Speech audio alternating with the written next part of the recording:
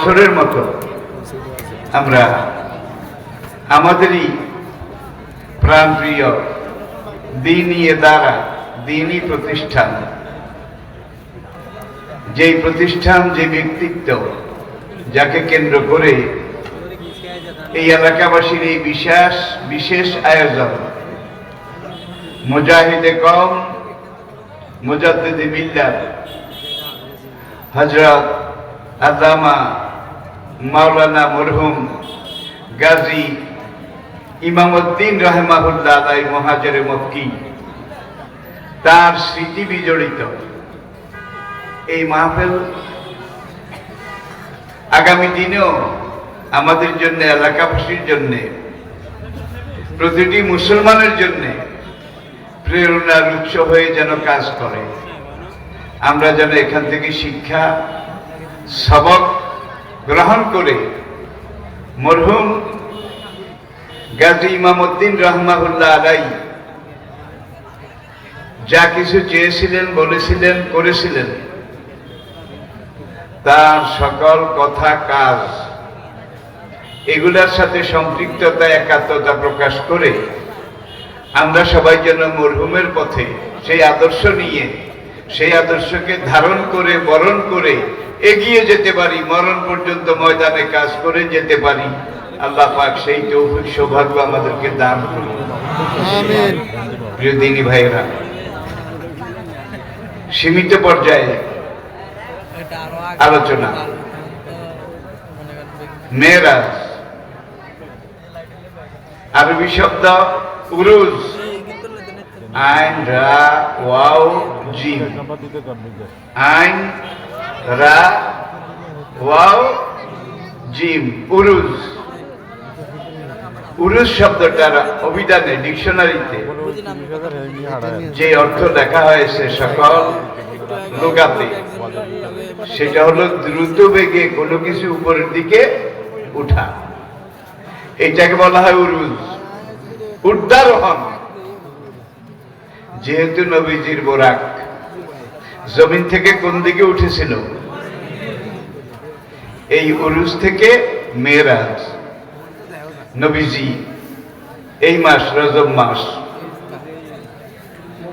26 তারিখ দিবাগত রাতে মক্কাতে প্রায় এক যুগ যখন দ্বীনের দাওয়া কাজ করলেন, দাঈ ইলাল্লাহ হিসাবে ভূমিকা পালন করলেন,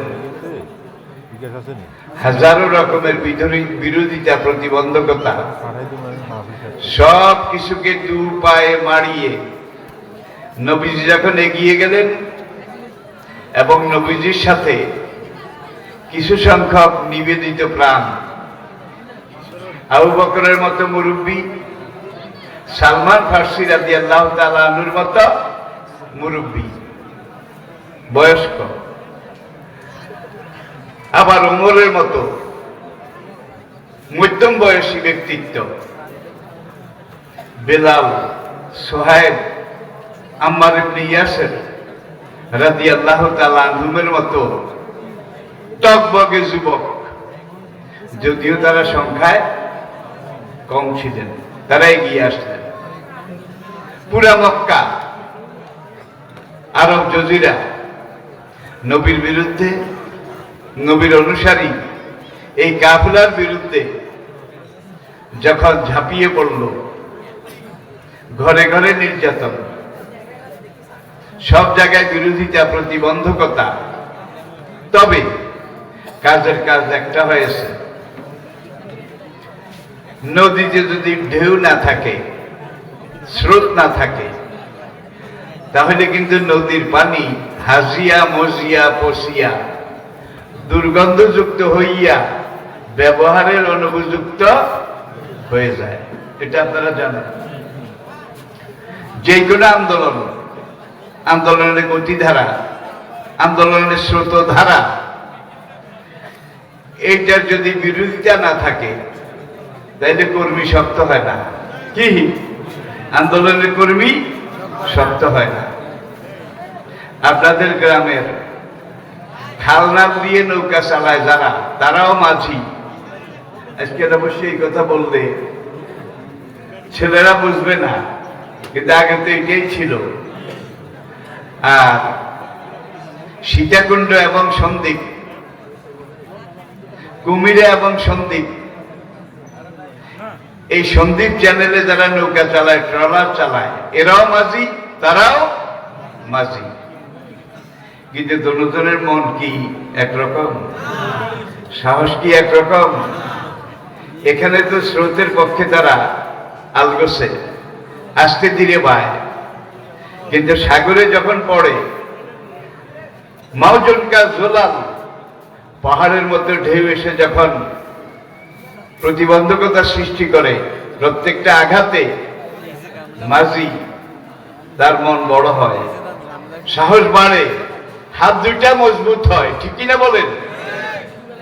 তাইলে সেই বঙ্গোপসাগরের সন্দ্বীপ চ্যানেলে যারা নৌকা চালায়, আর আপনার আমার এই এলাকায় খাল দিয়ে যারা নৌকা চালায়, দুজনই মাঝি, পার্থক্য আছে কিনা?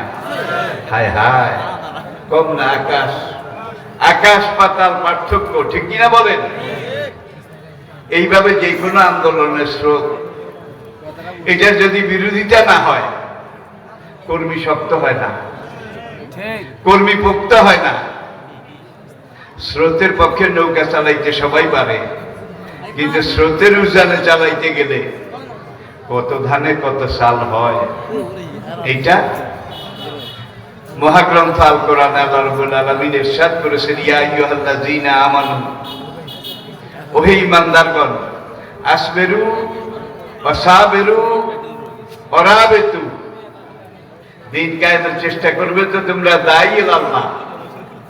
আরেকটা কথা শুরুতে বলে রাখি, সকল নবী ছিলেন দায়ী আল্লাহ, সব নবী এসে ডাক দিয়েছেন, ইয়া কাওমে বুদুল্লাহ মা লাকুম মিন ইলাহিন গায়রু, হে আমার দেশবাসী, এলাকাবাসী, হে আমার কওম, তোমরা একমাত্র চিন্ময়, অব্যয়, অরূপ, অতুল, কালজয়ী, চিরন্তন মহান আল্লাহ গোলামি করো, উবুদু, গোলামি করো, মা লাকুম মিন ইলাহিন, আল্লাহ ছাড়া তোমাদের কোনো মাবুদ, কোনো ইলাহ, কোনো খালেক, কোনো মালিক, কোনো সৃষ্টিকর্তা, কোনো পালনকর্তা, কোনো রিজিকদাতা, কোনো জীবনদাতা, কোনো মৃত্যুদাতা, কোনো রোগদাতা, কোনো শোকদাতা আল্লাহ ছাড়া কেউ আছে? সব কিছুর নিরঙ্কুশ মালিক একজন, তিনি কে? ইনিল হুকম ইল্লা লিল্লাহ। একজন মানুষের জীবনের যত কিছু আছে, সব কিছুর একমাত্র নিয়ন্ত্রক মালিক মহান রব্বুল আলামিন।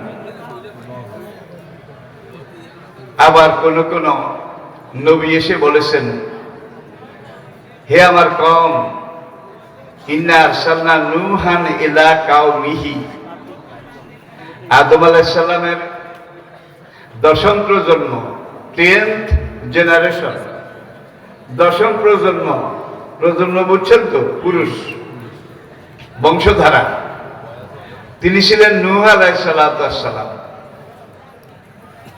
নূহ আলাইহিস সালামের আবার দশম প্রজন্ম সাইয়েদনা ইব্রাহিম আলাইহিস সালাম।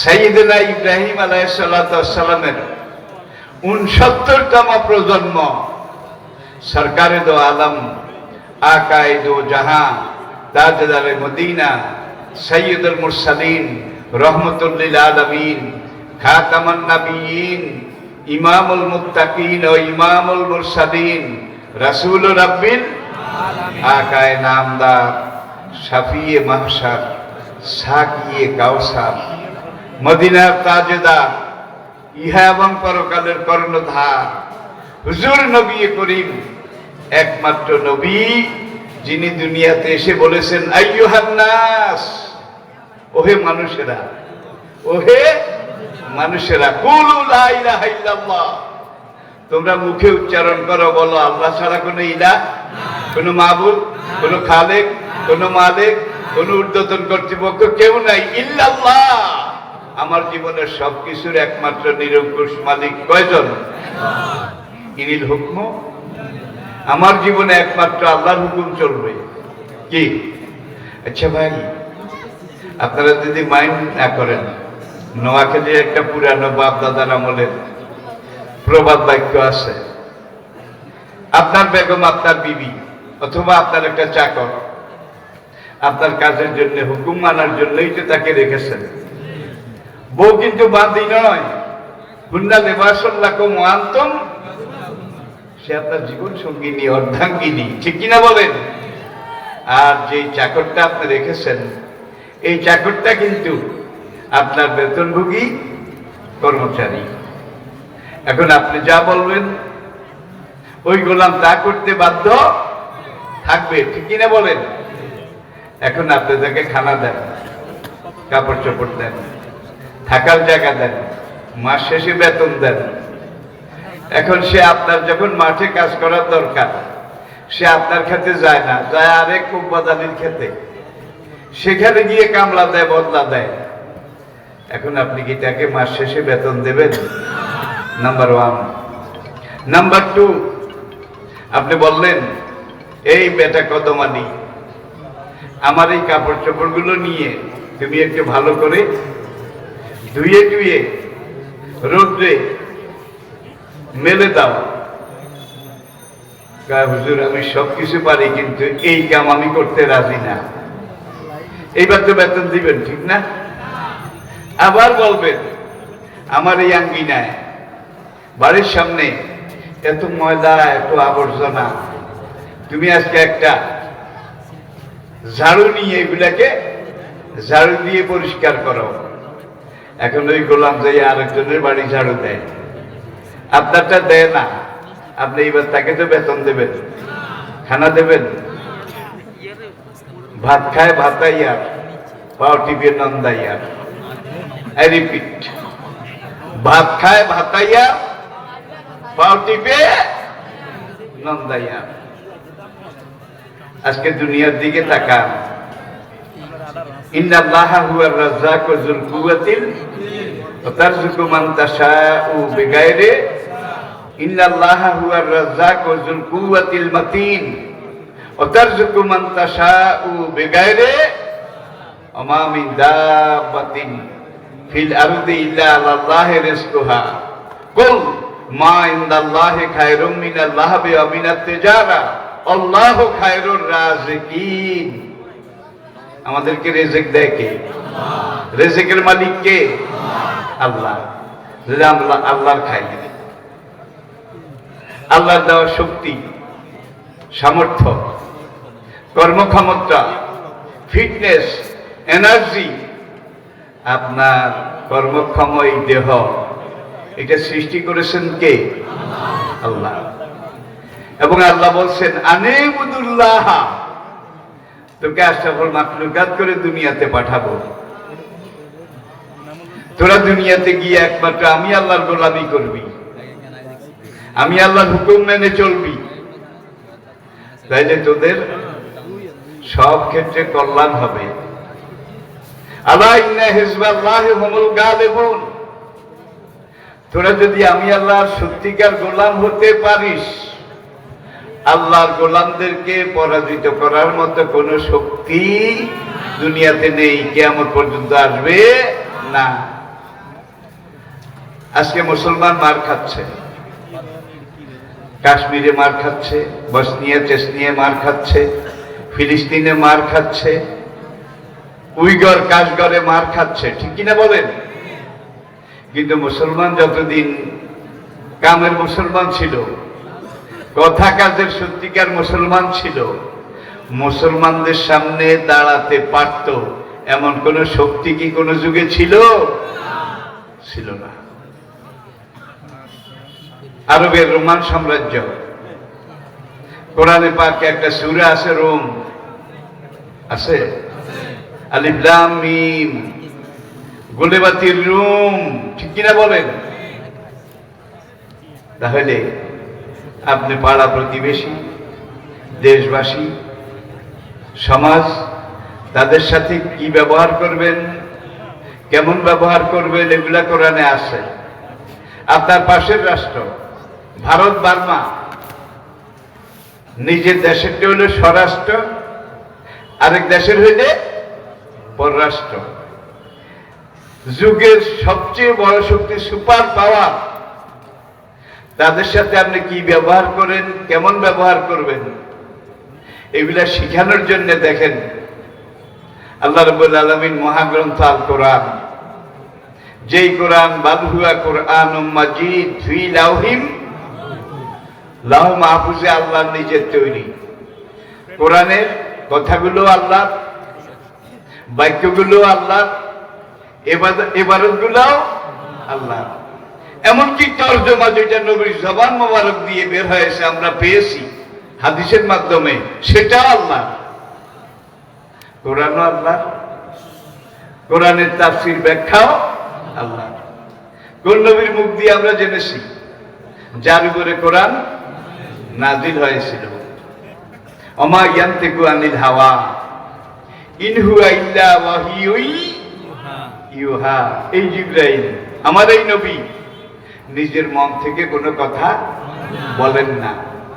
আমি তাদের যা বলতে বলি তারা তাই বলেন, আমি তাদের জবান দিয়ে যা বের করি তারা সেটাই বলেন, ঠিক কিনা বলেন? তাই নবী তো নবী ছিলেন না, নবী ছিলেন আল্লাহ পাকের লাউড স্পিকার, মাইক, মাইকের সাউন্ড বক্স, মূল শব্দ আসে আজিম থেকে, ঠিক কিনা বলেন? তবে কোরআনটা আল্লাহ পাকের একটা লিখিত নির্দেশ, রিটেন ফিলোসফি। বাল হুয়া কোরআনুম মাজিদ ফি লাউহিম, আত্মার জগতে লৌহে মাহফুজে। এটা একটা প্লেটের মধ্যে, লাউহ হলো প্লেট, একটা প্লেটের মধ্যে লিখা আছে। লাউহে মাহফুজে যেইভাবে লেখা আছে নবীজির কাছে ঠিক সেইভাবে এটা নাজিল হয়েছে।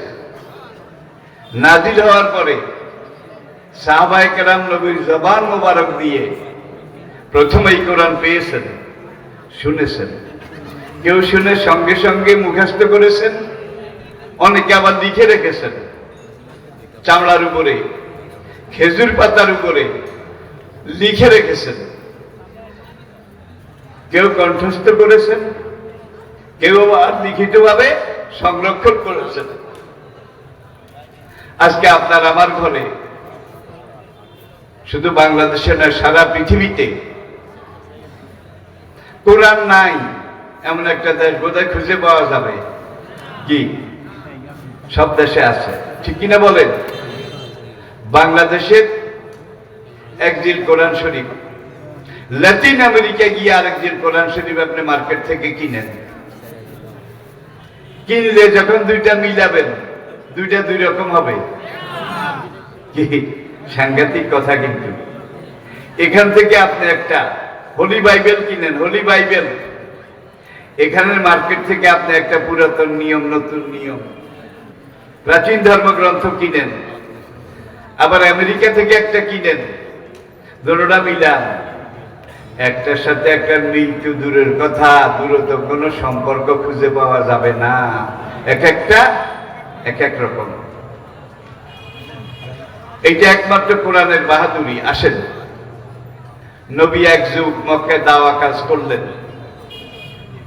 এই দাওয়াতে সাড়া দিতে গিয়ে কেউ শহীদ হয়ে গেলেন। কি এই দাওয়াতের উপরে টিকে থাকতে গিয়ে কারো জীবন চলে গেল। ইসলামের প্রথম শহীদ একজন মা, একজন নারী, আম্মার ইবনে ইয়াসির রাদিয়াল্লাহু তাআলা আনহুর আম্মা হযরতে সুমাইয়া ইসলামের প্রথম শহীদ রাদিয়াল্লাহু তাআলা আনহা। এছাড়া আরো কত সাহাবায়ে কেরাম, কাম মিন নাবিয়্যিন কাতালা ওয়া কুতিলা মাহুমুর রাব্বিয়ুনা কাসীর। এই কোরআনকে ধারণ করতে গিয়ে, এই কোরআনকে প্রচার করতে গিয়ে, এই কোরআনকে প্রতিষ্ঠা করতে গিয়ে কত নবী জীবন দিয়েছেন, নবীদের কত অনুসারী জীবন দিয়েছেন, ঠিক কিনা বলেন? মহাগ্রন্থ আল কোরআনে আকিমিস সালাহ আছে। আকিমিস সালাহ, সালাত কায়েম করে, নামাজ পড়ো। আদম, নূহ, ইব্রাহিম, ইসমাইল, মূসা, ঈসা, সুলাইমান, দাউদ, সকল যুগে সকল নবীকে আমি একটাই নির্দেশ দিয়েছিলাম, আন আকিমিদ্দিন আমার জমিনে আমার দিন কায়েম করো। তাইলে সব নবী ছিলেন একামতে দিনের সিপাহ সালার, আর নবীদের যারা অনুসারী ছিলেন তারা দিন কায়েমের উন্মুক্ত, আল্লাহর সৈনিক। কোরআন যাদেরকে বলেছে হিজবুল্লাহ, আল্লাযীনা ইউকাতিলুনা ফী সাবিলিল্লাহ উলাইকা হিজবুল্লাহ। আল্লাহর জমিনে আল্লাহ দ্বীনের পক্ষে যারা কাজ করে, দিন কায়েমের আন্দোলন করে, তারা আল্লাহর দল। আল্লাহ ইন্না হিজবাল্লাহি হুমুল গালিবুন। আল্লাহর দল সব যুগেই টিকেছে এবং জিতেছে। আল্লাযীনা কাফারু, আর যারা আল্লাহকে মানে না, জানে না, আল্লাহ বিরোধী, ইসলাম বিরোধী, দিন বিরোধী, কোরআন শরীয়ত বিরোধী মতাদর্শ মতবাদ প্রচার করে, এটার পিছনে ঘাম শ্রম এগুলা ব্যয় করে, উলাইকা হিজবাল্লাহ, হিজবুশ শয়তান, এরা শয়তানের বাহিনী। হাবিল এবং কাবিল থেকে শুরু, হাবিল এবং কাবিল থেকে শুরু। উলাইকা হিজবুশ শয়তান, এরা শয়তানের দল। আলা ইন্না হিজবাশ শয়তানে হুমুল খাসিরুন। শয়তানের দল অতীতেও টিকতে পারেনি, এই যুগেও টিকতে পারবে না, কোনদিন তাদের পক্ষে টিকা সম্ভব না। তাইলে যারা আল্লাহর পক্ষে কাজ করে, আল্লাহর দ্বীনের পক্ষে কাজ করে, ওয়াকানা হাক্কান আলাইনা নাসরুল মুমিনিন, তাদেরকে সাহায্য করা আমি আল্লাহর উপরে ফরজ। আমাদের উপরে দিন কায়েমের জন্য কাজ করা ফরজ।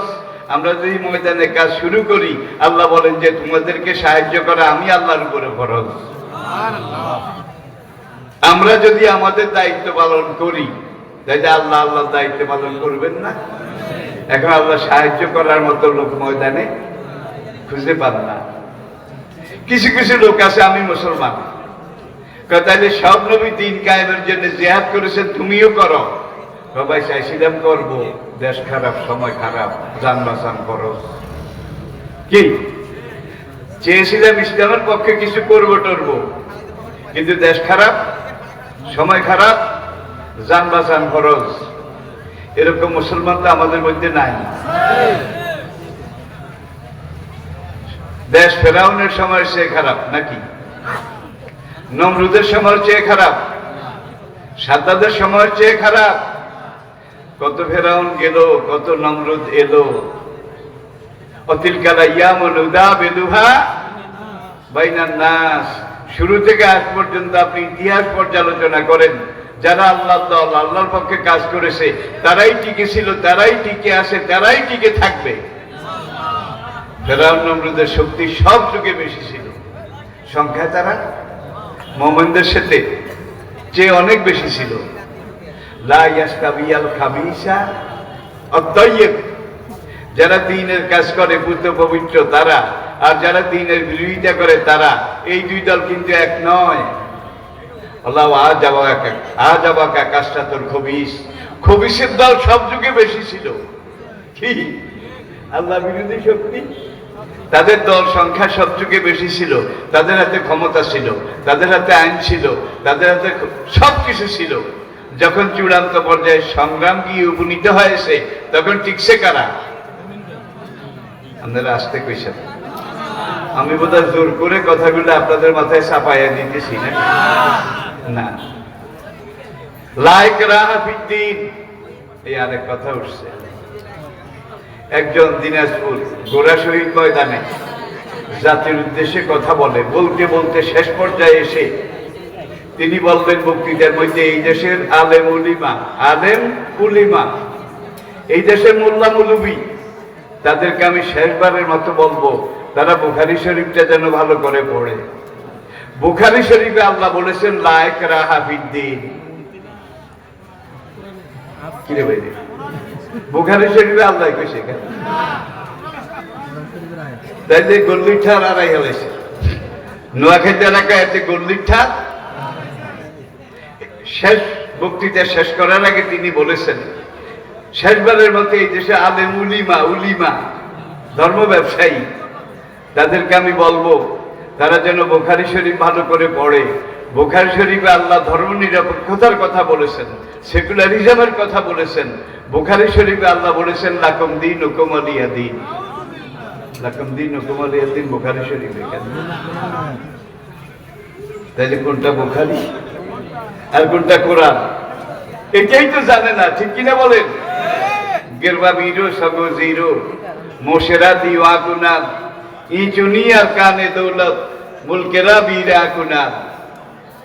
এক কথা শেষ করি কিতাবুল ইলমের আবু হুরায়রা রাদিয়াল্লাহু তাআলা আনহুর এই হাদিসটা, হাসালতু আনিন নবিয়্যি সাল্লাল্লাহু আলাইহি ওয়াসাল্লাম ইলমাইনে, আল্লাহর নবীর নিকট থেকে আমি দুইটা ইলম শিখেছি। বা আহাদুহা বাসাস্তু ফীকুম, তার একটা এতক্ষণ আমি তোমাদেরকে বললাম, অলাখেরো আর একটা ইলম নবী থেকে আমি শিখেছি, ইম বাসাস্তুহু, সেই ইলমের কথা আমি যদি এখন তোমাদেরকে বলি, লাকুতে হাজাল বলুম, আবু হুরায়রা এইভাবে দেখাইছে যে আমাকে এইভাবে জবাই করে দেওয়া হবে এজিদের আমলে। তখন আবু হুরায়রা রাদিয়াল্লাহু তাআলা আনহু সবচেয়ে বেশি হাদিস যিনি বর্ণনা করেছেন, তিনি বলেন কিছু কথা তোমাদেরকে বলেছি বাসাস্তু ফীকুম, আবার নবীর কিছু ইলম যদি আমি তোমাদেরকে বলি তোমরা আমাকে এইভাবে জবাই করে দেবে। দুনিয়াতে এই অবস্থা আছে না নাই? ছিল নাকি ছিল না? এই অবস্থার ভিতর দিয়ে কিন্তু যারা দ্বীনের দায়ী, দ্বীনের রায়, দ্বীনের নকিব, দ্বীনের মুজাহিদ, এত সঙ্গীনের সামনেও তারা কাজ করে গেছেন, ঠিক না বলেন? তারা এগিয়ে গেছেন এবং আল্লাহর সাহায্য সকল যুগে তাদের জন্য নেমে এসেছে। এবার আসুন, নবীজি বিগত প্রায় এক যুগ মক্কাতে একটা প্রচার ধর্মী তাবলীগ, আল্লাহর দ্বীন প্রচার, দায়ী আল্লাহ হিসেবে প্রায় এক যুগ সময় ব্যয় করেছেন। কাজের কাজ বড় কিছু হয় নাই, বড় কিছু বেশি কিছু হয় নাই, তবে যেটা হয়েছে এই সময়টাতে, দাওয়াতি কাজের এই সময়টাতে বেলালের মতো কিছু লোক, সোহাইবের মতো কিছু লোক, আম্মার ইবনে ইয়াসিরের মতো কিছু লোক, বেলাল হামজার মতো কিছু বীর বিক্রম, বীর প্রতীক, তারা নবীর কাফেলায় এসে যোগদান করেছেন, ঠিক কিনা বলেন? কোন একটা দেশে, এলাকায়, জনপদে যদি আল্লাহর আইন কায়েম করতে হয় সেখানে দুইটা ফ্যাক্টর, দুইটা জিনিস লাগে। একটা হলো এখন নবী এটাকে ইসলামী রাষ্ট্র ঘোষণা করবেন, এই ইসলামী রাষ্ট্র চালাবার মতো কিছু যোগ্য লোক, ইমানদার লোক সেখানে তৈরি হওয়া লাগে আগে। দুই নম্বর, যেখানে ইসলামী রাষ্ট্র ব্যবস্থা ঘোষণা করা হবে সেই দেশের 100 জনে অন্তত 51 জন, কি 100 জনে 51 জন মেজরিটি, তারা ইসলামী রাষ্ট্রকে শাসন এটা মেনে নেওয়া লাগবে। মক্কাতে এক যুগে হিজরত পর্যন্ত 13 বছরে কিছু সোনার মানুষ তৈরি হয়েছে এই তুফানের ভিতর দিয়া, ঠিক কিনা বলেন? তুফানের ভিতর দিয়া এদেরকে আগুনে একবার পোড়া হয় নাই, বারবার পোড়া হয়েছে। এদেরকে জ্বলন্ত আগুনে, কয়লার আগুনে বারবার পোড়া হয়েছে, হাতুড়ি দিয়া মারা হয়েছে। যত পড়েছে, যত মেরেছে, তাদের খাঁটিত্ব কমে গেছে, বাড়ছে। ভাই স্বর্ণের বলি এখন 80,000 টাকা। এই স্বর্ণটা শুরুতে কিন্তু এরকম চকচকে জকজকে লাল ছিল না, ছিল একটু চকলেট চকলেট, কালসা কালসা, ঠিক কিনা বলেন? এখন এটাকে ব্যবহার উপযোগী করতে হলে, কাজে লাগাতে হলে কিছু প্রক্রিয়া আছে। স্বর্ণকার কয়লার আগুনে স্বর্ণটারে দেয়, চাকটাকে দিয়ে এইবার এইভাবে বাতাস দেয়, হাঁপড়ে দম দেয়, হাঁপড়ে দম দেয়, শোঁ করে আগুন জ্বলে, ঠিক কিনা বলেন? একটা চিমটি দিয়ে স্বর্ণের চাকটাকে জ্বলন্ত কয়লার ভিতরে ঢুকাই দিছে। স্বর্ণের চাক কাঁদে, আমি কি অপরাধ করেছি? হে স্বর্ণকার, হে বণিকা, আমাকে জ্বলন্ত আগুনে দিলে, আবার এখন আগুনের মধ্যে তুমি দম দাও, আমি কি অপরাধ করেছি? স্বর্ণকার বলে, উসবর উসবর, সবর কর, তোর দাম বাড়াই, তোর দাম বাড়াই, তোরে মারি না। এইবার চিমটি দিয়ে ধরে উঠাইছে, আগুন থেকে উঠাইয়া লোহার হাতলের উপরে নিয়ে 2.5 কেজি হাতুড়ি একটা যখন স্বর্ণের উপরে মারা আরম্ভ করেছে, স্বর্ণকা গেলাম এতক্ষণ আগুনে পড়েছে, এখন আবার হাতুড়ি দিয়ে শেষ। স্বর্ণকার বলে, কান্দিস না, সবর কর, তোর মান বাড়াই। প্রথমবার আগুনে দিছে কয় দাম বাড়াই, এবার শেষা দিকে তোর মান বাড়াই। স্বর্ণ বলল, মালিক যখন বলে শেষা খাইলে মান বাড়ে, আগুনে পোড়া খাইলে দাম বাড়ে, কষ্ট হইলেও আমি সবর করব। কিছুক্ষণ হাতুড়ি দিয়ে পিটায় টিটায়, যত পিটায় তত ভরট গুলা চলে যায়, ভেজাল গুলা চলে যায়, খাঁটি গুলা থাকে। এইবার আবার আগুনে দিছে, আবার দম দেয়। আগুন এবার বলে, একটু আগে আগুনে দিলে শেষ না, গোল স্বর্ণ সেবদা করে ফেললে, এখন আবার আগুনে দিছে, আবার বাতাস দাও। এবার স্বর্ণকার বলে, অসা বেরু। প্রথমবার বলছে আস বেরু, এবার কে অসা বেরু। ধৈর্য ধরো, সবর করো, তোর দাম বাড়াই, তোর মন সম্মান বাড়াই, গ্রহণযোগ্যতা বাড়াই। এইভাবে ভাই একবার পড়ে কেন, একবার শেষে না বারবার? যতবার শেষেছে, যতবার পড়েছে, ওর ভিতরে যত ঘাটতি আছে, যত ভেজাল আছে, সব দূর হয়ে গেছে। এইবার খাঁটি সোনাটা বের হয়ে গেছে, আগুনে পুড়তে পুড়তে, হাতুড়ি দিয়ে শেষতে। এইবার স্বর্ণকার এইটাকে এইভাবে কেসি দিয়ে কাটে। কাটার পরে এখন এইবার আর কয়লার আগুনে দেয় না, ছোট ছোট করে কেটেছে, কয়লার মধ্যে হারিয়ে যাবে। এইবার জ্বলন্ত আগুনে শেষ পোড়া দেয়। নিকেলের একটা বাটি আছে স্বর্ণকারের কাছে, এই বাটির মধ্যে কিছু সোহাগা, দেখেন নাই বোধ হয়, যেটা স্বর্ণের ময়লা আর সেটা পরিষ্কার করে, কিছু সোহাগা, কিছু মেডিসিন দিয়ে এইবার জ্বলন্ত আগুন দিয়া পড়ে। একটা পাইপ আছে, মাথা বাঁকা, স্বর্ণকারের কাছে। এইবার ওই বাটির মধ্যে, ওই মশলার মধ্যে, সোহাগার মধ্যে স্বর্ণের চাকটা দিয়ে এখান দিয়ে ফু দেয়, আগুনটা গিয়ে ডাইরেক্ট স্বর্ণের গায়ে লাগে। স্বর্ণ এবার চিল্লায়, এতক্ষণ কয়লার আগুনে পুষতো, এবার জ্বলন্ত আগুনে পড়ো, আমি কি অপরাধ করেছি? স্বর্ণকার বলে, এইবার শেষ পড়া। এইবার পুড়ে চুড়ে আবার আগুন থেকে বের করেছে, বের করে চিমটি দিয়ে ধরে, ছোট্ট একটা হীরার ছুরি আছে, নরইনের অর্ধেক হবে, নরইনের অর্ধেক, এইটা দিয়া স্বর্ণ আবার চিল্লায়, এতবার আগুনে পড়লা, হাতুড়ি দিয়ে শেষলা, এবার আবার আমার বুকে এইভাবে ড্যাগার চালাও, ছুরি চালাও, আমি কি অন্যায় করেছি? স্বর্ণকার বলে, ডিজাইন করি। ডিজাইন? এটা যদি না করি ৮০,০০০ তোলা ভরি বিক্রি হবে না। তাহলে স্বর্ণ কি একবার পোড়া খায়, একবার শেষা খায়? ইন্নাল্লাহ আশতারা মিনাল মুমিনিনা আনফুসাহুম ওয়া আমওয়ালাহুম বিআন্না লাহুমুল জান্নাহ। তাহলে আপনাকে জান্নাতে যেতে হলে ইসলামকে ধারণ করতে হবে, কোরআনকে ধারণ করতে হবে, আল্লাহকে মানতে হবে, নবীকে গ্রহণ করতে হবে, ঠিক কিনা বলেন? এরপরে আপনাকে আগুনে পোড়া যেতে হবে, আপনাকে কাফের বেঈমানের ধোঁকা বোধহয় খাওয়া লাগবে না, শেষা। একবার না বারবার? বারবার না বহুবার? যত মার খাবে একজন দায়ী আল্লাহ ইসলামী আন্দোলনের কর্মী, যত মার খাবে তত নরম হবে না শক্ত হবে? আপনাদের জাতির ইতিহাসে ভুরি ভুরি প্রমাণ আছে, ভুরি ভুরি প্রমাণ আছে। পাহাড় চলতে পারে, কিন্তু এর একটা মানুষ চলে না।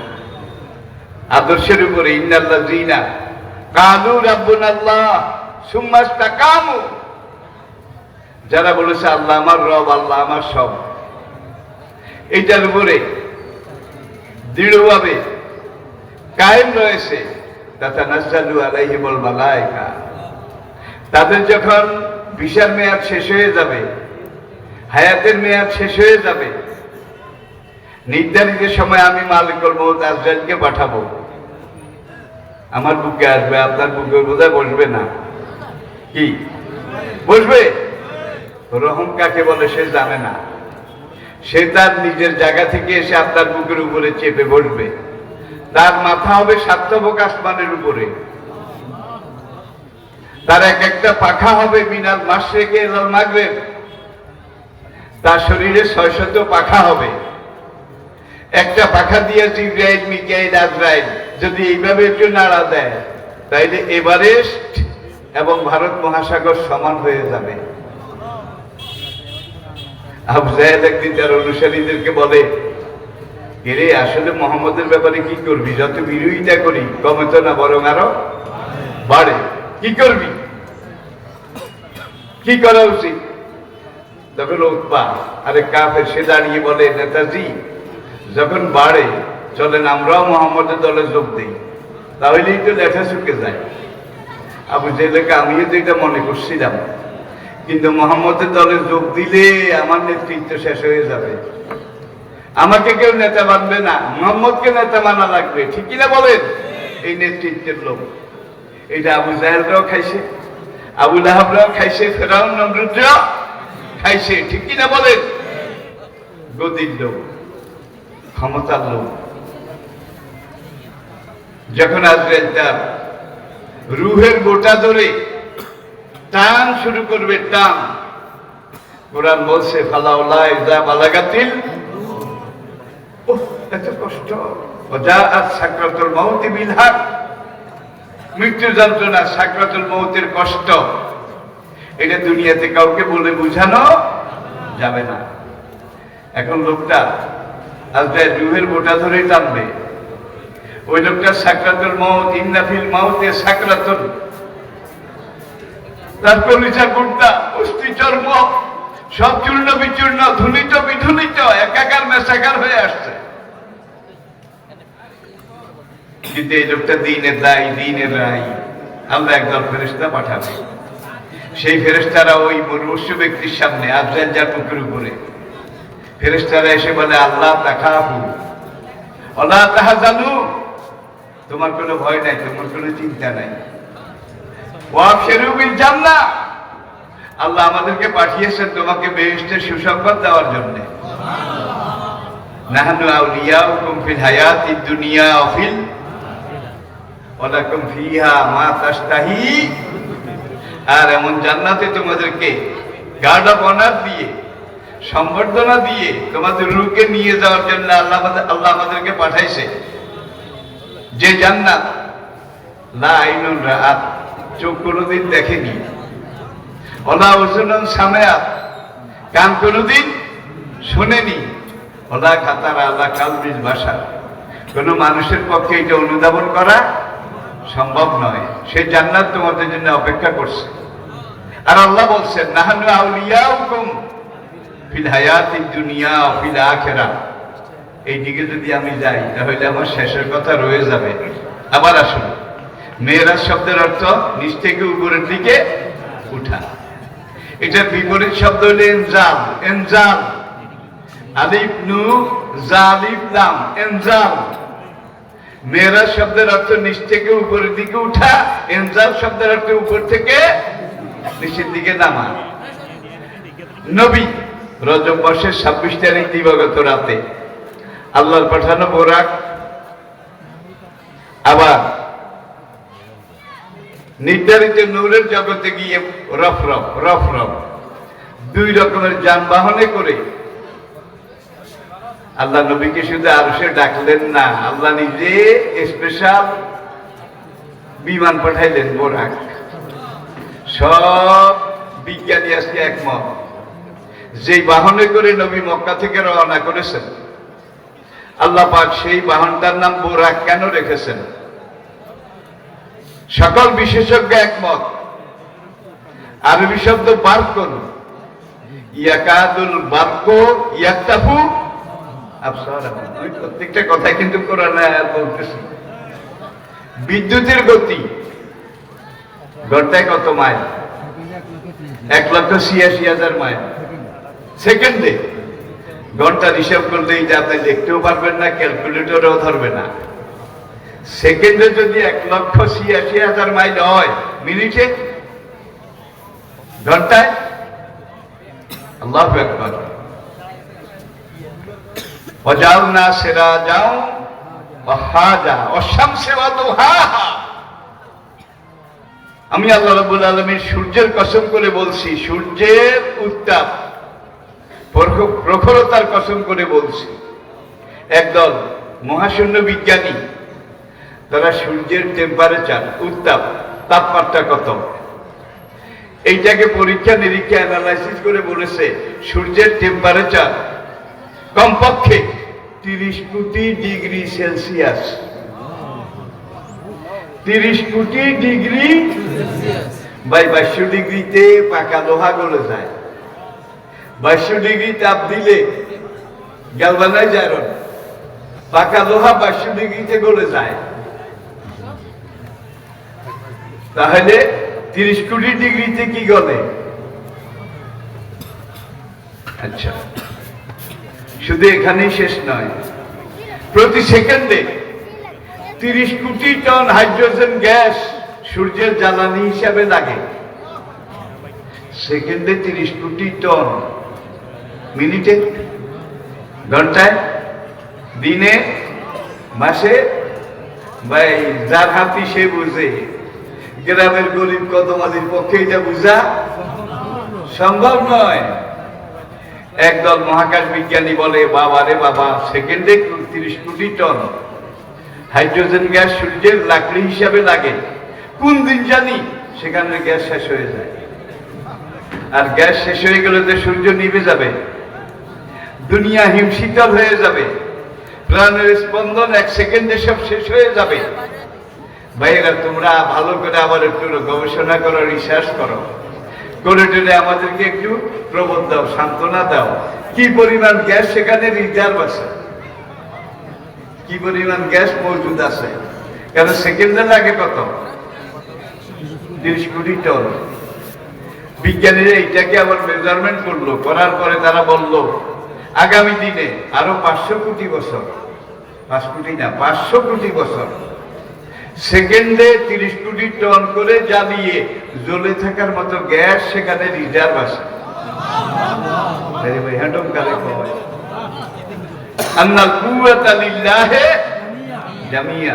যাব না আমি এইদিকে, রাখলাম এটা এখানে। এতদিন নবী ছিলেন মক্কার তাবলীগ জামাতের আমির, শুধু কিল খাইছে, শুধু কিল খাইছে, ঠিক কিনা বলেন? এবং এই কিল খাইয়া যখন বেলাল আম্মারের মতো কিছু খাঁটি সোনা তৈরি হলো, বারবার পড়ছে। এইবার আল্লাহ কুদরতের হিসাব মিলিয়ে দেখলেন নবী আর তার আশপাশে মুহাম্মদুর রাসূলুল্লাহ আল্লাযীনা মাহু, নবী ডাইনে বামে যে লোকগুলা 13 বছর মার খাইয়া শক্ত হইছে, এখন এই লোকগুলাকে মক্কায় রাখলে বেশি সুবিধা হবে না। এর মধ্যে কিন্তু মদিনাতে ব্যাকগ্রাউন্ড তৈরি হয়ে গেছে হজের মৌসুমে। আওস খাজরাজের লোক, মদিনার বিভিন্ন কবিলা কবায়েলের লোক হজের সময় এসে এসে নবীর সাথে গোপনে সাক্ষাৎ করছে না। হজের আগে মজা দেখেন, আবু জেহেল একদম লোক ঠিক করলো, ভলান্টিয়ার তাদেরকে বলল যারা মদিনার দিক থেকে আসবে তারা ওই রাস্তা দিয়ে, সরে তানিম এই রাস্তা দিয়ে আসবে মক্কার দিকে হজ করার জন্য। যারা বাংলাদেশ থেকে আসবে তারা পূর্ব দিকের এই রাস্তা দিয়ে আসবে। তখন তার প্লেন ছিল না, কেউ উত্তর দিক থেকে, কেউ দক্ষিণ দিক থেকে, পশ্চিম দিক থেকে যারা আসবে, রোহিত সাগর পার হয়ে আফ্রিকা থেকে আসবে। মক্কায় ঢোকার প্রত্যেকটা উল্লেখযোগ্য রোডে একদল ভলান্টিয়ার আবু জেহেলরা বেতন দিয়ে ঠিক করলো, করে কয় তোমাদের দায়িত্ব একটা, হাজী সাহেবেরা যখন মক্কার দিকে ঢুকবে বাইতুল্লাহ তওয়াফ করার জন্যে, তোমরা তাদেরকে একটু সাবধান করিও। তোমরা বলবে আল্লাহর বান্দারা, হবল ঠাকুরের গোলামেরা, লাত নানাত উজ্জা ঠাকুর ঠাকুরানী দেব দেবীর গোলামেরা, মূর্তির ঘর, দেবতার ঘর কাবা, এটা জিয়ারত করতে এসেছেন, নিরিবিলি যান, জিয়ারত করে অনন্ত পুণ্য সওয়াব নিয়ে আবার দেশে ফিরে যান। খবরদার চাইয়েন কেউ পাগলের পাল্লায় পড়িয়েন না। এখন এক হাজি সাহেব আর এক হাজির কয়, ভাই তো সাহিব এক শেষ করে কেমন পাগল, এটা না দেখে আমরা দেশে ফিরে যাব না। দেখছেন কারবার, নবীর জায়গায় কাজ করে, ওরা মনে করাইয়া দিছে কার পাগল, হুইজ ম্যাড, পাগল কে? হজ করতে আসছে, তোমরা জানো না মক্কা একটা লোক পাগল হয়ে গেছে, তার নাম মোহাম্মদ। নানা নতুন কথা কয়, নতুন কথা কয়, খবরদার। আবার ওই রাস্তার লোকেরা বলে যে আল্লাহর বান্দারা হজ করতে আসছেন, ভালো কথা, নিরিবিলি হজ করে তওয়াফ করে চলে যাবেন দেশে, খবরদার জাদুকরের পাল্লায়। কেউ কেউ বলছে পাগলের পাল্লায় পড়িয়েন না, জাদুকরের পাল্লায় পড়িয়েন না। ওই রাস্তা আল্লাহরা কইছে মৃত্যুকের পাল্লায় পড়িয়েন না। কয় কে মৃত্যুক? কয় মোহাম্মদ। কয় জাদুকর কে? মোহাম্মদ। সব মোহাম্মদ। এবার আজি সাহেবের একা বাইরে কিরকম মৃত্যুক যাওয়ার আগে একটু দেখে যাব কেমন জাদুকর। দেশে ফেরার আগে একটু, কত মানুষ কত জায়গায় পড়ে থাকে, নবীর সাথে দেখা গেল কারো খরচ হইতো না, ওরা ওখানে মানা করে আলেকসান হারিসেন নিম্মা মনে মানুষ এমন এক মাকলুক যেটা নিষেধ করে এটা থেকে হাত বাড়ায়, আর যেটা আদেশ করে সেটা থেকে একবারও তাকায় না, ঠিক কিনা বলেন? এখন নিষেধ যেটা করছে তওয়াফ করে লাফায় কয়, হবল ঠাকুরের জয় কয়, আবার একজন আরেকজনকে কয় কয় তওয়াফ সাই শেষ হয়ে গেলে মনে রাখিস জাদুকর না দেখে কিন্তু দেশে ফিরে যাব না। যে গেছে সেই সেখানে গিয়ে কালেমা পড়ে ফেলেছে, যে গিয়েছে। তাইলে তারা ইসলামের বিরুদ্ধে নবীর বিরুদ্ধে, তাদের বিরোধিতাটা ইসলামের পক্ষে কাজ করেছে, বিরুদ্ধে কোনো কাজে লাগে নাই। আল্লাহ যখন দেখলেন এইবার এই পরিমাণ জনশক্তি, পোড় খাওয়া খাঁটি সোনা নবীর হাতে তৈরি হয়েছে, এইবার মদিনাতে গিয়ে যদি ইসলামী খেলাফত, ইসলামী রাষ্ট্র ঘোষণা দেওয়া হয়, তাহলে এই লোকগুলাকে ব্যাংকের গভর্নর, এই লোকগুলাকে প্রদেশের গভর্নর, এই লোকগুলাকে বড় বড় পদে যদি বসিয়ে দেওয়া যায়, তাহলে কোনো 2 নম্বরই কাজ হবে না, দেশটা সুষ্ঠুভাবে। মরহুম শেখ মুজিবুর রহমান সাহেব একটা কথা বলেছিলেন, সোনার বাংলা গড়তে হলে সোনার মানুষ চাই, ঠিক কিনা বলেন? সোনার মানুষ তো আসমান থেকে নাজিল হবে নাকি? সোনার মানুষ কোরআনের মেশিনে বানাইতে হবে। এখানে প্রশিক্ষণ আছে, এখানে বক্তব্য আছে, বক্তৃতা আছে, এখানে জামাত আছে, এখানে ইতিকাফ আছে, এখানে তাহাজ্জুদ আছে, এখানে শব্দদারি আছে, ঠিক কিনা বলে? এগুলা যত বেশি করবে তত পারফেক্ট হবে, যত বেশি করবে এরাই সোনার মানুষ হবে, ঠিক কিনা বলেন? এখন এই ধরনের ইসলাম নাই, ইসলামের আনুগত্য নাই, সোনার মানুষ নেতারে ভক্তি বেশি করে, এক একটারে এক এক জায়গায় দিছে, দেওয়ার পরে দেখা যায় বাংলাদেশের যত নগদ টাকা আসিল সব বিদেশে পাঠাইয়া দিছে। আমি আপনাদের কথা বলছি না, এমনটা আছে না? নাই? সব টাকা বিদেশে পাঠিয়েছে। এর মধ্যে সরকারি চাকরিওয়ালা বোধহয় নাই, পুলিশ টুলিশ বোধহয় নাই, প্রতিরক্ষা মন্ত্রণালয়ের লোক বোধহয় নাই। এইবার 116 জন আলেমের বিরুদ্ধে একদল আবু জাহেলের দালাল, তারা আজ থেকে প্রায় 15 বছর আগে দুদকের কাছে একটা দরখাস্ত দিছে, বাংলাদেশের বড় বড় কিছু মানুষ আলেম ওলামার বেশে জায়গায় জায়গায় ওয়াজ করে, বক্তব্য রাখে, তারা কোটি কোটি টাকা কামাই করে বিদেশে বাড়ি করেছে, তারা কোটি কোটি টাকা বিদেশে পাচার করেছে, আলেমরা টাকা পাচার করেছে। 15 বছর হয়ে গেছে, আজ পর্যন্ত একজন আলেমেরও বিদেশে কোনো বাড়ি নাই, কোনো টাকা, এটার কোনো খবর নাই, কিচ্ছু নাই। নিলা তোমরা, খাইলা তোমরা, করলা তোমরা, নাম হইছে কার? সবচেয়ে বড় দেশপ্রেমিক কে? স্বদেশের টাকা বিদেশে নিয়ে আর জমা করিল যে, ওর চাইতে বড় দেশপ্রেমিক আর কেউ হতে পারে না ভাই। আরে হত ছাড়া টাকাগুলো দেশে রাখবি, একটা ইন্ডাস্ট্রি কারখানা দিলে তুইও খাইতি, লোকজনও করে টোরে খাইতো, ঠিক কিনা বলেন? এই যে হাজার হাজার বিলিয়ন বিলিয়ন ট্রিলিয়ন ট্রিলিয়ন টাকা বিদেশে পাঠানো হয়েছে, এগুলা ফিরে পাওয়ার গ্যারান্টি বোধহয় 100% আছে? কিছু নাই, কিছু নাই। তাই যে সোনার মানুষের যদি অভাব হয়, এই যে জাহাঙ্গীরনগর ইউনিভার্সিটিতে এখন কিয়ামত চলতেছে, স্বামী স্ত্রী সেখান দিয়ে যায় ইউনিভার্সিটির এই ক্যাম্পাসের ভিতর দিয়ে আত্মীয়ের বাসায় যায়, স্বামীকে নিয়ে রুমে আটকাইয়া ওই বেচারার স্ত্রীরা আর এক রুমে সোনার ছেলেরা লাইন দিয়ে ধর্ষণ করেছে। সোনার ছেলেরা কি কেউ বোধহয় আমার উপরে রাগ করেছে? 100টা মেয়েকে ধর্ষণ করার পরে ধর্ষণের সেঞ্চুরি কারা পালন করেছে? সোনার ছেলেরা। সুবর্ণচরে গত চেয়ারম্যান ইলেকশনের পরে একজন মহিলা মধ্যম বয়সী, সে সোনার ছেলেদের কথা মতো ভোট দেয় নাই, দিচ্ছে আরেকজন।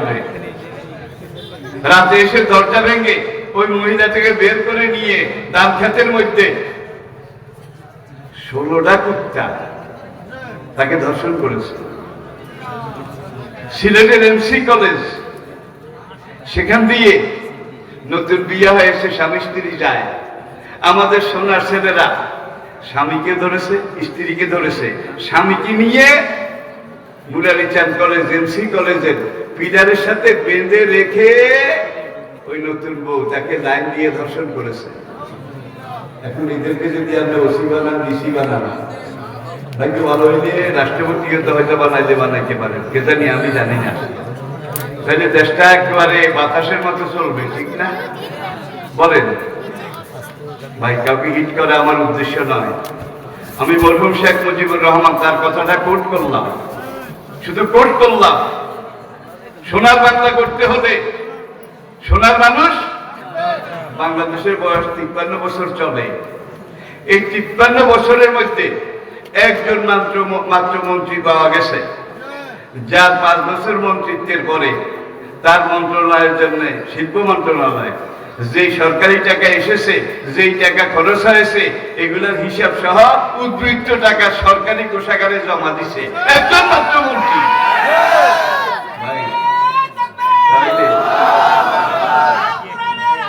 এগুলো বর্তমানে আমাদের সামনে বাস্তবতা। প্রিয় ভাইয়েরা, সব মন্ত্রী যদি এরকম হইতো, অনেক আগে সোনার বাংলা হয়ে যেত। এটা এমন দেশ, এমন উর্বর, এমন সম্পদ দুনিয়ার অন্য কোনো দেশে নাই ভাই, বিশ্বাস করেন। দুনিয়ার কত দেশ দেখলাম, কত দেশে গেলাম, কিন্তু বাংলাদেশ, সেখানে একটা আমের চারা, খেজুরের চারা লাগাইতে হইলে সব পাথর, মাটি আনতে হয় উড়া জাহাজে আরেক দেশ থেকে। এইবার শাবল দিয়ে পাথরে গর্ত করে এখানে মাটিগুলা দেয়, কিছু সার দেয়, তারপরে একটা চারা লাগায়। এক চারার পিছনে একজন খাদেন, এক চারার পিছনে মোটা অঙ্কের বেতন, খাওয়া দাওয়া, থাকার কোয়াটার, কত পানি ঢালে, কত সার দেয়। 6 বছর পরে দেখা যায় এটা কি? আর এই সোনার বাংলা, সুন্দরা সুফলা সোনার বাংলা, এখানে আদম আলীর মা নাতি টাতি লই আম ফুটে খেয়েছে, খাওয়ার পরে খোসা সহ বাধাগুলো এইভাবে বাগানে ফেলে দিয়েছে। নাতি নাতনি নিয়ে পেঁপে খেয়েছে, জাম খেয়েছে, খেয়ে এইভাবে বিচিগুলা ফেলে দিয়েছে, গাছ উঠে গেছে, কোনো সার লাগে নাই, কোনো পয়সা দেওয়া লাগে নাই। এটা হলো সোনার বাংলা, অটল, সব অটল। আল্লাহ এমন মাটি যেই দেশে দিয়েছেন, সেই দেশে কোনোদিন দুর্ভিক্ষ হওয়া তো দূরের কথা, দুর্ভিক্ষের কথা কল্পনাও করা যায় না। এখন আজকে মাঝে মাঝে দুর্মূল্য, দুর্দিন, দুঃসময় আসে। এইটা অভাবের অভাব নয়, স্বভাবের অভাব, স্বভাবের অভাব।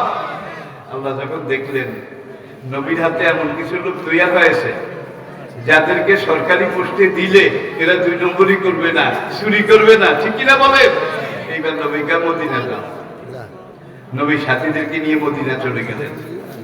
সেখানে গিয়ে মদিনা সনদ, এটা সাক্ষাৎ করার পরে ইসলামী খেলাফত, প্রজাতন্ত্র ঘোষণা দিলেন, মদিনার রাষ্ট্র। নবীজি জীবিত থাকতে থাকতেই তখনকার পৃথিবীর অর্ধেক পর্যন্ত ছড়িয়ে গিয়েছিল। 54টা বাংলাদেশের সমান ছিল নবীর হাতে মদিনার খেলাফত। 54টা বাংলাদেশের মতো বিশাল দেশের নবী ছিলেন তাজেদারে মদিনা। এখন এতদিন নবী শুধু ওয়াজ করতেন, আইয়ুহান নাস কুলু লা ইলাহা ইল্লাল্লাহ। আল্লাহ দেখছে বেলাল টেলারের মতো সোনার মানুষ তৈরি হয়েছে, এদেরকে জায়গায় জায়গায় দিলে চুরি করবে না, রাষ্ট্রের সম্পদ নষ্ট করবে না, এবং মদিনার আমজনতা মেজরিটি সাপোর্ট করবে। এইবার আল্লাহ কাইন্না আল্লাহে ওয়াসিআতুন ফাহতাজিরু, আল্লাহ জমিনে আরো জায়গা আছে। হে নবী, আপনি এই সোনার মানুষগুলো নিয়ে মদিনা চলে যান। মদিনা গিয়ে এই লোকগুলাকে কি পোস্ট ওসি, ডিসি, মানে এমন পোস্টে বসাই দিছে। দেওয়ার পরে এইবার সেই মদিনা ইসলামী রাষ্ট্র হলো। নবী চলে গেলেন, আবু বকর আসলেন মাত্র 2 বছর। আবু বকরের 2 বছরের ওমর আসলেন 10 বছর। কত বছর? 10 বছর তিনি খেলাফতের মসনদে আসীন ছিলেন। এবং এই উমর তার দিকে একবার তাকান, তখন দুইটা সুপার পাওয়ার ছিল। কোরআনে একটা সূরা আছে রোম, আসেনি? এই যুগে তো আর কোরআন নাজিল হবে না। যদি নাজিল হইতো তাহলে সূরা থাকতো আমেরিকা, সূরা থাকতো তাহলে সুপার পাওয়ার। এটাও কোরআনের আলোচ্য বিষয়ের মধ্যে আছে। এই নামে কোরআনে বোধহয় সূরা নাই, পিঁপড়া এই নামে সূরা নাই, মৌমাছি। এখন এগুলার কথা যদি বলি, আল্লাহ এগুলার নামে সূরা দিল কেন, এগুলা বলতে গেলে আবার 1 ঘন্টার দরকার, বলা আদৌ সম্ভব নয়। কি দিয়ে কি কাজ?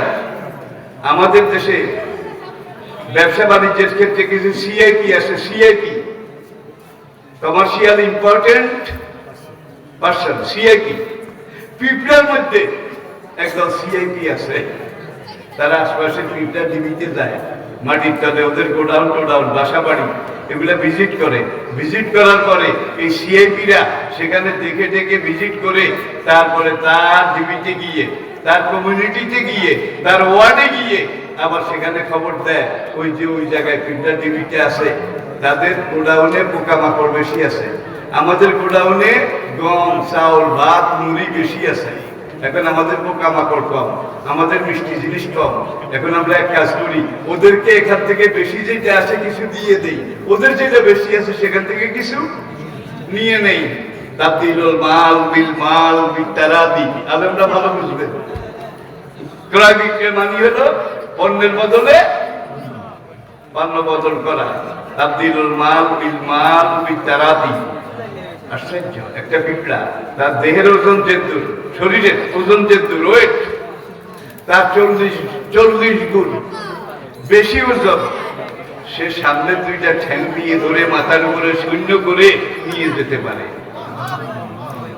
আপনি শরীরের কয়গুণ নিতে পারেন? আপনার চেয়ে তার শক্তি। একটু চিন্তা করেন, আল্লাহ এগুলো ইচ্ছা বলার জন্য নাজিল করেন নাই। আসেন এবার আবার নবী যাবেন মেরাজে, দরকার কি ছিল? এতদিন তাবলীগের আমির ছিলেন, মদিনা গেলে নবী কি হবেন? মদিনা রাষ্ট্রের রাষ্ট্রনায়ক। তাই এখন মদিনা রাষ্ট্র ইসলামী রাষ্ট্র, কোরআনী রাষ্ট্র। এটা দায়িত্ব নবীকে দিতে হইলে এই তাবলীগের অভিজ্ঞতা, মৌলবী আদা অভিজ্ঞতা যেটা 13 বছর হয়েছে, এটা দিয়ে চলবে না, আরো কিছু বেশি প্রশিক্ষণ লাগবে। যার জন্য উচ্চ শিক্ষার্থে বাংলাদেশ গভর্নমেন্ট মিলাতে পাঠায়, উচ্চ শিক্ষার্থে জার্মানিতে পাঠায়, তাদেরকে বড় বড় সরকারি পদ দায়িত্ব দেওয়ার আগে, ঠিক কিনা বলেন? আর আল্লাহর এই নবীকে আল্লাহ রাব্বুল আলামিন উচ্চ শিক্ষার্থে মেরাজ গমন, উচ্চ শিক্ষার্থে মেরাজ গমন।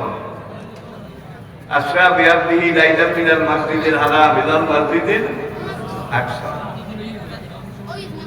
ফার্স্ট ট্রানজিট স্টেশন মসজিদে হারাম থেকে বাইতুল মাকদাস। ওখানে গিয়ে বোরাক থামলো, ল্যান্ড করলো।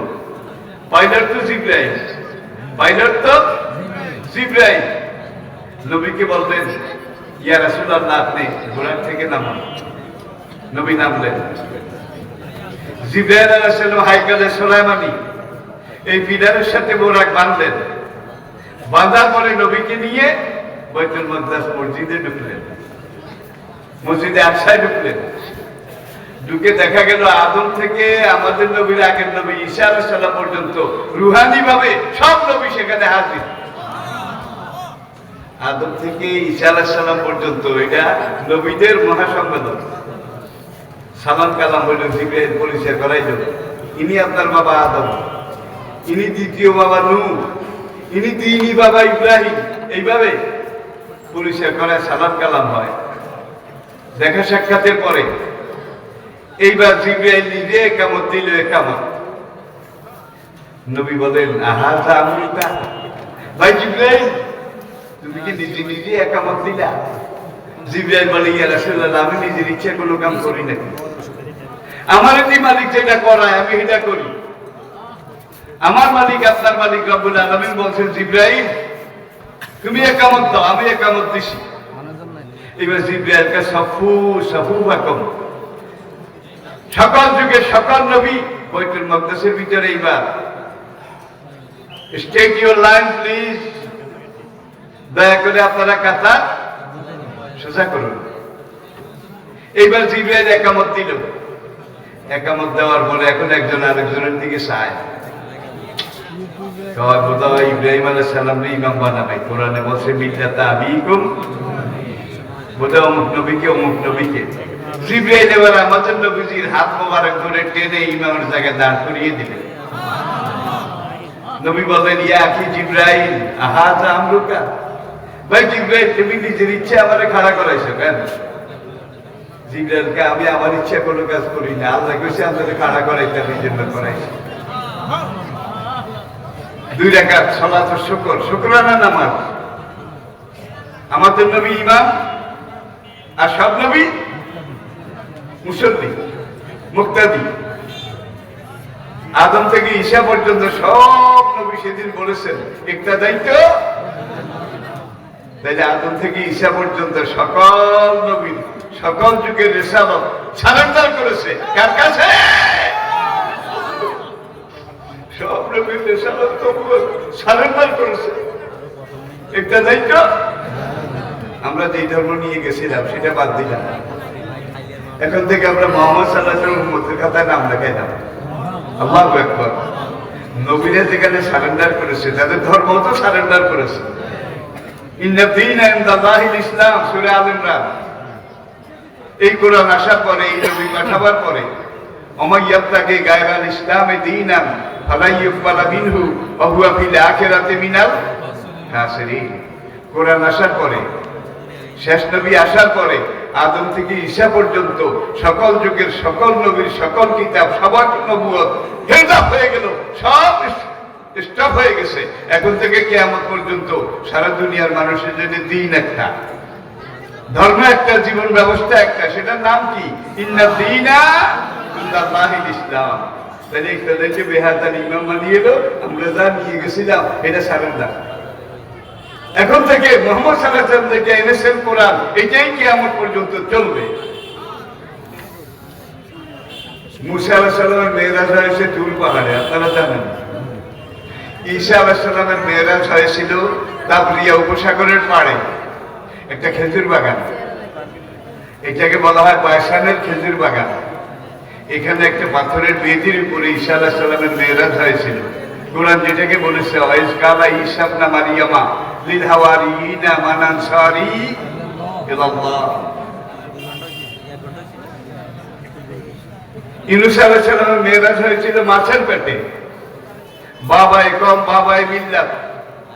সাইয়েদনা ইব্রাহিম আলাইহিস সালামের মেরাজ হয়েছিল জ্বলন্ত অগ্নিকুণ্ডে।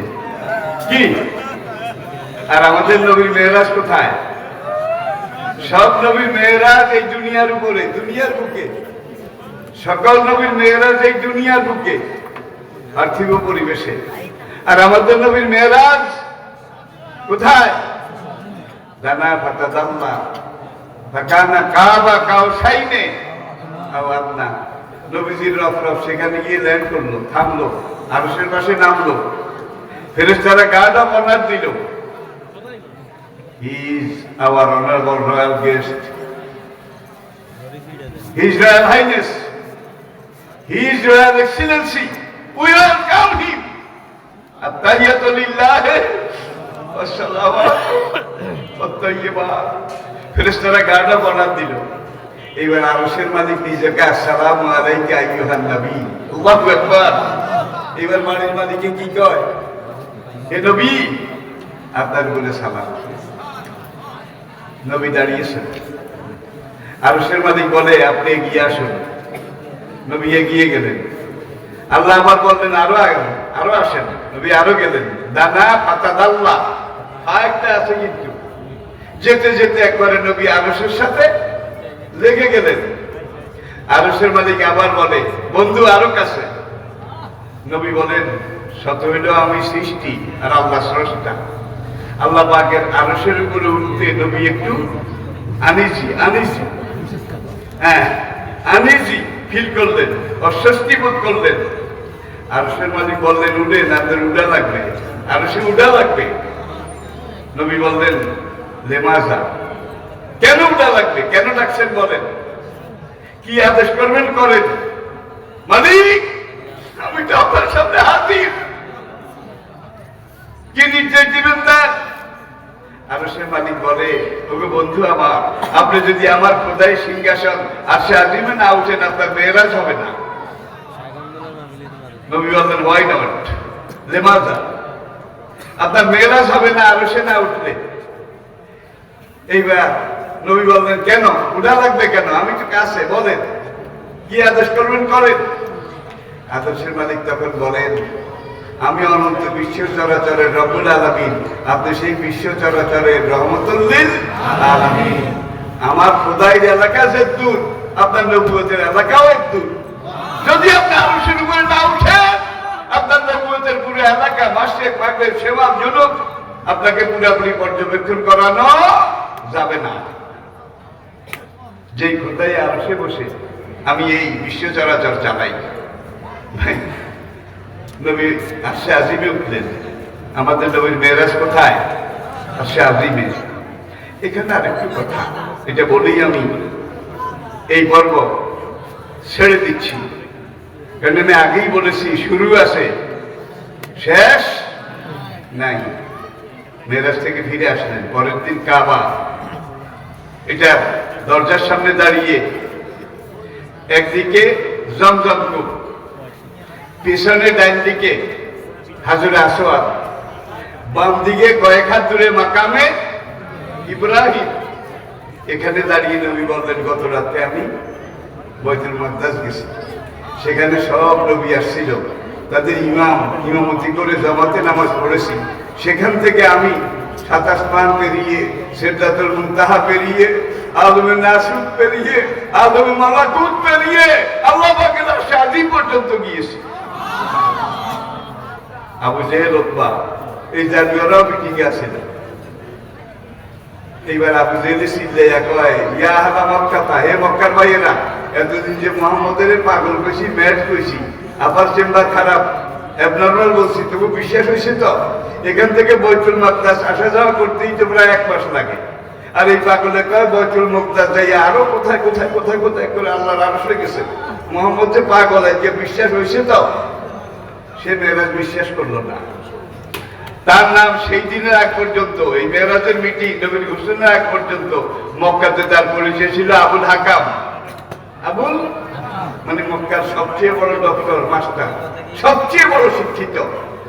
তার নাম ছিল আবুল হাকাম, জ্ঞানী দি গ্রেট, জ্ঞানী দি গ্রেট। কিন্তু ওই মেরাজের কথা কইছে আর বিশ্বাস করে নাই, পাগলের মাথা খারাপ। আল্লাহর পক্ষ থেকে জিবরাইল এসে নবীকে কানে কানে শিখাই দিলেন। নবী বললেন তার নাম এতদিন আবুল হাকাম ছিল, জ্ঞানী দি গ্রেট। মেরাজকে অবিশ্বাস করেছে, আজ থেকে তার নাম আবু জাহেল, মূর্খ দি গ্রেট। এই মেরাজকে অবিশ্বাস করে আবুল হাকাম কি হয়ে গেল? আবু জাহেল।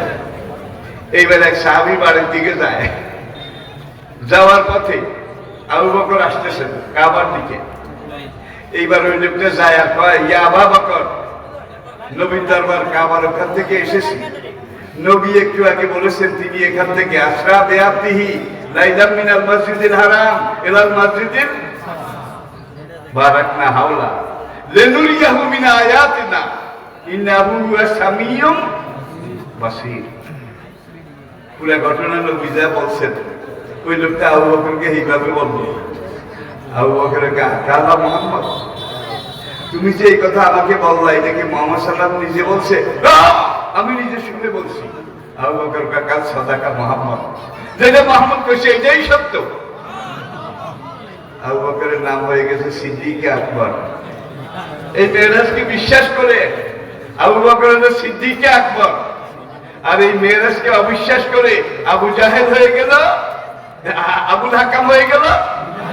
আচ্ছা ভাই, আবু জাহেল এমন জায়গায় কবর দিছে, সাফা থেকে মারোয়া, মারোয়ার এখানে গিয়ে দেখবেন দাওরাত মিয়া হুদুদে হারামের সব পায়খানা গেছে একটা, এটা কিন্তু 2 তালা, সবগুলোর চেয়ে আর অন্তত 100 গুণ বড়। ইসলামের বিরোধিতা করেছিস, আমার নবীর বিরোধিতা করেছিস, তোকে সবচেয়ে বড় বুদ্ধিজীবী মনে করেছিস, কিয়ামত পর্যন্ত মিন কুল্লি ফাজ্জিন আমিক মাসেক মাগরিব সেবার জন্য দুনিয়ার প্রত্যন্ত অঞ্চল থেকে মুহাম্মদের অনুসারীদেরকে কিয়ামত পর্যন্ত এখানে আনবো, দাওয়াত দিয়ে তোর কলিজার উপরে আগাবো। আগায় না বোধ আর সেকেন্ড লিডার ওমর। আবু জাহেল ছিল ফার্স্ট লিডার ইসলামের আগে, আর ওমর ছিলেন সেকেন্ড লিডার। ওমর ইসলামকে গ্রহণ করলেন, ইসলামের খেদমত করলেন, সেবা করলেন। ওমর কি হারিয়ে গেছে? ওমর নাম কি মুছে গেছে? নাকি আরো জল জল করে উজ্জ্বল হয়েছে? বলেন। সারা দুনিয়া থেকে লক্ষ লক্ষ মানুষ যায়, শুধু হজ না, সারা বছর মিন কুল্লি ফাজ্জিন আমিক সারা দুনিয়া থেকে গিয়ে নবীকে সালাম দেয়। রওজা সেখানে গিয়ে রওজাতুল মিন রিয়াদিল জান্নাহ আবু বকরকে সালাম দেয়, ওমরকে সালাম দেয়। প্রতিদিন সেখানে কত লক্ষবার কোরআন খতম হয়, এটার হিসাব নাই। তাহলে ওমর সেকেন্ড লিডার। ইসলামকে কবুল করে ওমর আজকে অমর, নবীর পাশে শুয়ে আছেন, নবীর সাথে জান্নাতে যাবেন।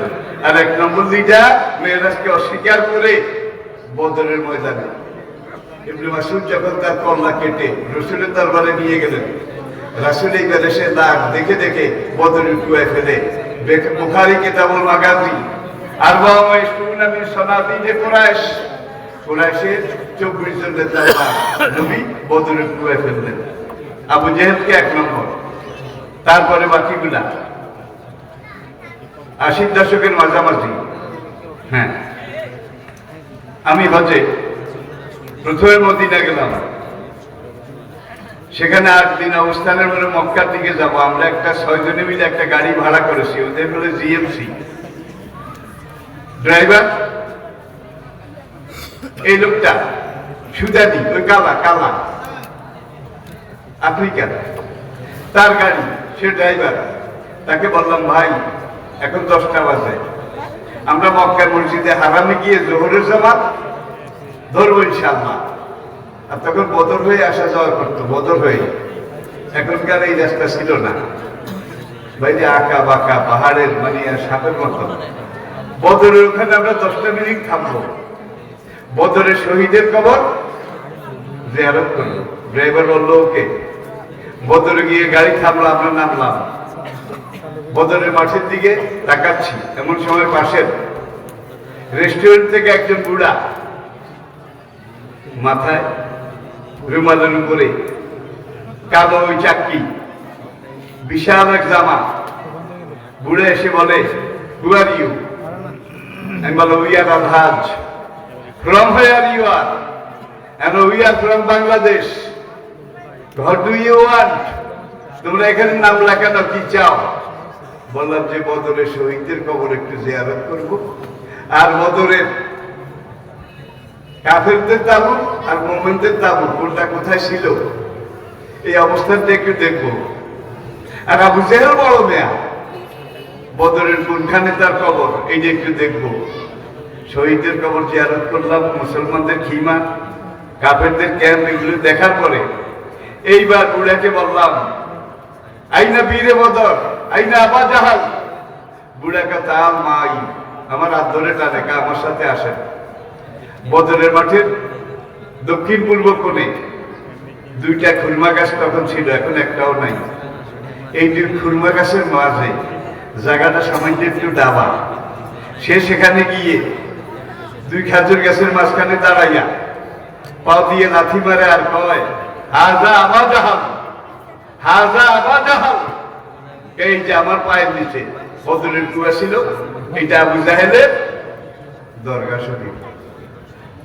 রওজা শরীফ কইলাম না, কি দরগা শরীফ। এখানে আবু জাহেলের কবর, আর সে কিছু লাথি মারে, ঘৃণায় শরীরটা রিরি করে উঠল। আর মদিনা ওমরের কবরের কি অবস্থা, এটা তো গত 9 দিন দেখছি। সেখানে কি অবস্থা! এইবার আমরা আসছি রাস্তায়, গাড়িতে উঠবো।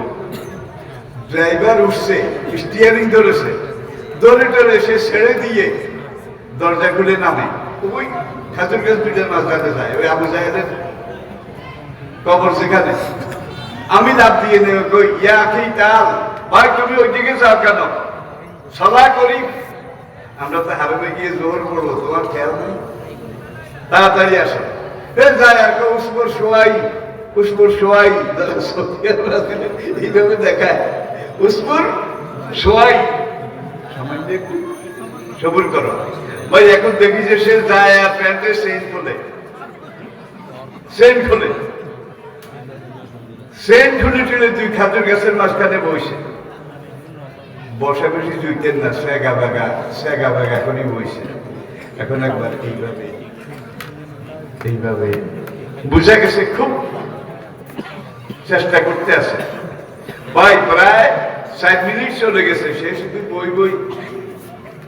আমি ড্রাইভারকে বললাম, দাদু সালা করি।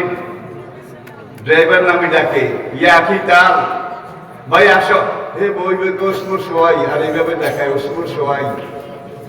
আমি নামলাম, ড্রাইভারকে বললাম, ভাই তুমি আমার সাথে আসো, ও তো সহজে উঠবে না, যে অবস্থা। এখন গিয়ে আমি এক হাত ধরলাম, ড্রাইভার এক হাত ধরলো, টান দিয়ে উঠাইলাম। এবার গাড়ির দিকে আমি নিগ্রো হাফসি আফ্রিকান কালা মুখ আরো কালা হয়ে গেছে, বেজার হয়ে গেছে। এতক্ষণ বসলাম, এতক্ষণ কোথায় যাব? যে আবু জাহেল হারামজাদা তার কপালের উপরে 2 ফোঁটা পেশাব করবো, বল মাফি কুল্লো খালাস, টাঙ্কি খাবি, এত কোথায় যাব? 1 ফোঁটা পেশাব আইলো না। চাইছিলাম ওর কবরে একটু মুতবো। তাহলে সেকেন্ড লিডার নবীর পাশে শুয়ে আছে, সারা দুনিয়ার মানুষ সালাম দেয়, আর তুই প্রথম লিডার, ফার্স্ট লিডার, তোর কবরে কাবায় মুতে। আল্লাহ আসে না নাই? তোমরা গিয়ে সারা দুনিয়ার মানুষ হাগে কার কার কবরের উপরে? আবু জাহেলের কবরের উপরে। সব মানুষ সারা দুনিয়া থেকে দাওয়াত দিয়ে এনে তোর কপালে হাগাবো, তুই পারলে ঠেকাইস। তাহলে আদর্শকে গ্রহণ করলে এইটা যা যা বদলা পরকালে তো বিশাল ভাবে আসে, দুনিয়াতেও পাওয়া যায়। আপনি যত পরেশগার হবেন, আপনার এলাকার লোক তত আমাদের সম্মান কম করবে নাকি? আমল আরো বাড়ান, আরো বাড়ান। যত আমল বাড়াবেন আপনার এলাকার লোক আপনাকে তত বেশি সম্মান করবে। এটাই বাস্তব। কারি কারি টাকা আপনার আছে, আমল ঠিক নাই, পয়সা হইলে কি হবে? এটা ফেরাও নিশ্চয় খারাপ। এলাকার লোকের মন্তব্য, আর এলাকার লোক যে মন্তব্য করবে আখেরাতে আল্লাহ সেই মন্তব্য অনুযায়ী কিন্তু পয়সাটা করবেন। তাহলে হুজুর মেয়েরাজে গেছেন, কেন গেছেন? হুজুরকে অতিরিক্ত প্রশিক্ষণ, রাষ্ট্র পরিচালনা, খেলাফত পরিচালনা, এটার বিশেষভাবে ট্রেনিং দেওয়ার জন্য। হুজুর মেয়েরাজে গিয়ে যখন ফিরে এসেছেন, পরের দিন কাবার সেই মিটিং এ হুজুর বলেন, আমি সেখানে 27 বছর ছিলাম। 7 দশক 8 বেহেশত খুঁটে খুঁটে খুঁটে খুঁটে একটা একটা করে আমি ভিজিট করেছি। সেখানে আমি 27 বছর ছিলাম। এরপরে মেরাজ শেষ, নবী ফিরে আসলেন বাবে উম্মে হানি কাবার এই পশ্চিম দক্ষিণ কোণে। এখানে এসে নবী দেখেন যে বিছনা এখনো গরম, দুয়ারের গলা এখনো নড়ে। জিবরাইল এসে হুজুরকে ওযু করাইছে উম্মে হানির ঘরের সামনে, সিনা শাক করবে, ওযুর পানি এখনো শুকায় নাই। জিজ্ঞাসা করেন, হুজুর আপনি কোথায় গেছিলেন? হুজুর বলেন, আমি আরশে গেছি। বেহেশত দোজখ আলমে নাসুত আলমে মালাকুত, আল্লাহর কুদরতের পুরো জগৎ ভ্রমণ করেছি। আমি 27 বছর সেখানে ছিলাম। কেন দুয়ারের গলা লাড়ে, বিছনা নড়ে? মিল আছে? মিলে না, মিলে না। আজকের বিজ্ঞানীরা স্বীকার করেছে, আল্লাহু আকবার, আজকের মহাকাশ বিজ্ঞানীরা স্বীকার করেছে এটা সম্পূর্ণরূপে সম্ভব।